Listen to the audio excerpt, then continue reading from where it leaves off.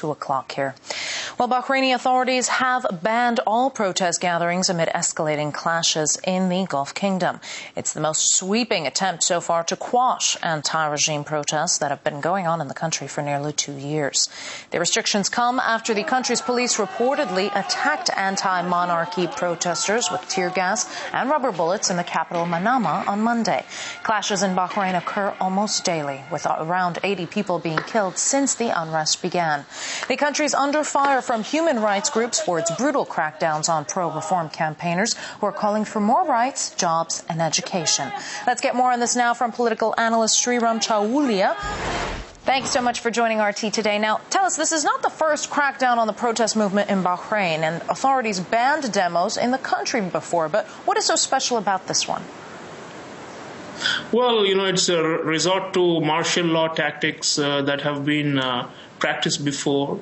It's an attempt to completely squelch and squash people's uprising. In fact, Bahrain can be called the unfinished segment of the Arab Spring, which has never been allowed to even flower. So Bahrain, there's been a concert of conservative powers in the region, as well as the pro-Western states and the Western patrons who have tried to completely demolish the voice of the people. And what you see in the form of these crackdowns by the state are just manifestations of this larger counter-revolutionary trend which has tried to stem the flow of the Arab Spring. How tough do you think it will be for the opposition now to voice their views, considering these new state of emergency style rules? Well, they have some safety valves in the form of a so-called elected parliament, which is supposed to be the legitimate avenue where people can express the grievances. But the fact is that these parliaments have mostly been rigged and set up to endorse and sugarcoat monarchical rule. Is the same in Kuwait, is the same in Bahrain, is the same in most of these countries, even Jordan. So these parliaments are not helping. And I think these restrictions are meant to also send a message to the Shia minorities in Saudi Arabia, who in turn revolted after the Shia in Bahrain rose up against the Khalifa family. So what you have is a regional setup which is not allowing free expression. And then why is, for example, Syria such a hotspot and Bahrain not? This is the original sin of the whole Arab Spring narrative, and we have not been able to overcome these double standards. Just because Bahrain hosts the 5th Fleet of the US Navy does not entitle it to be so brutal and repressive and get away with crimes against humanity, which are happening. Sreeram, how united is the Bahraini protest movement? I mean, after all, the authorities have not been able to crush it for 20 months now.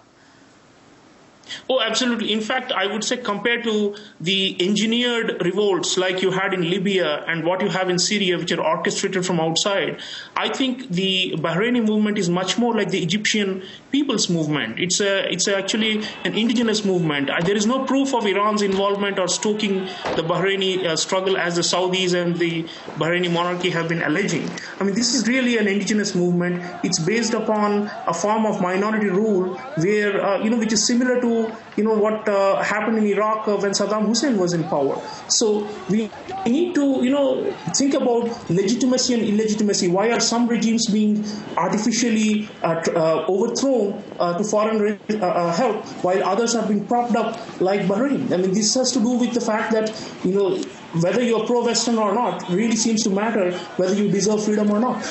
Now, a lot of prominent Bahraini activists sit in jail, including Nabil Rajab, who's now serving 3 years for tweeting and participating in illegal gatherings. Do you see their fate changing now as well? The region has to evolve. I mean, as you know, the Arab Spring is now more than a year old, and there have been many diversions. There should have been a focus on Bahrain, an intense international as well as regional focus on Bahrain, which has not happened. There is a conspiracy of silence around Bahrain. Barring a few critical news reports, not much is being allowed to be covered about the injustices of the people of Bahrain. So they will, struggle, they will strive, and, eventually the fate of all these monarchies are tied to each other. if Kuwait, Saudi Arabia continue to and Jordan continue to remain in the saddle, the monarchical regimes, then they will also prop up the one in Bahrain using the Gulf Cooperation Council and other regional mechanisms. So really, it's a question of whether you want complete freedom in the region, whether you want a genuine Arab Spring, and if so, Bahrain is integral to it. In fact, I would say Bahrain is the starting point because their protests were the most original and the purest of all, and there can be no misconception that this is some kind of an outside fueled by outside powers. This is really the voice of the people, and I hope that it comes out, and I hope that they struggle and they keep on going this way, because that is all they have right now against the array of conservative forces which are trying to suppress them. Now, what about the U.S.? With Washington backing Bahraini rulers, how much influence does America actually have there?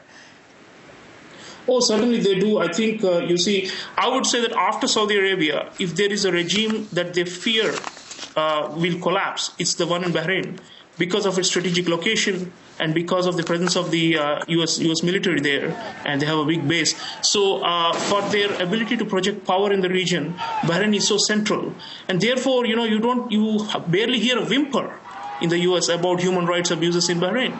So here you have a clear mismatch between America's ideals of espousing universal human rights and the reality on the ground, where human rights are selectively being enforced and are being used to topple regimes for political and ulterior motives. All right, inside analysis on the escalating clashes in Bahrain. Political analyst Sreeram Chaulia, thank you.